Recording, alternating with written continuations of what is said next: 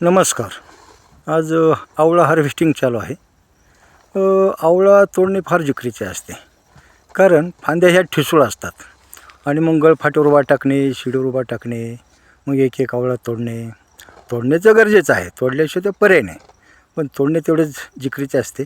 त्यासाठी आपण मग प्रति क्रेट म्हणजे 20 kgचं 50 रुपयाला एक क्रेट देतो, म्हणजे 2.5 रुपये प्रति किलो. नुसतं हार्वेस्टिंगला लागतात पैसे. परंतु शेवटी कुठली फळबाग म्हणलं, काढणी हा फॅक्टर आला.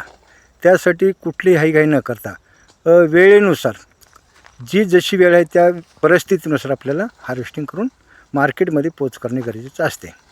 त्यातल्या त्यात मार्केटमध्ये आपण जेव्हा उतरतो तेव्हा आपल्याकडे व्यापाऱ्यांची यादी, कॉम्पिटिशन, मार्केटचे भाव हे सगळं अपडेट ठेवावं लागतं.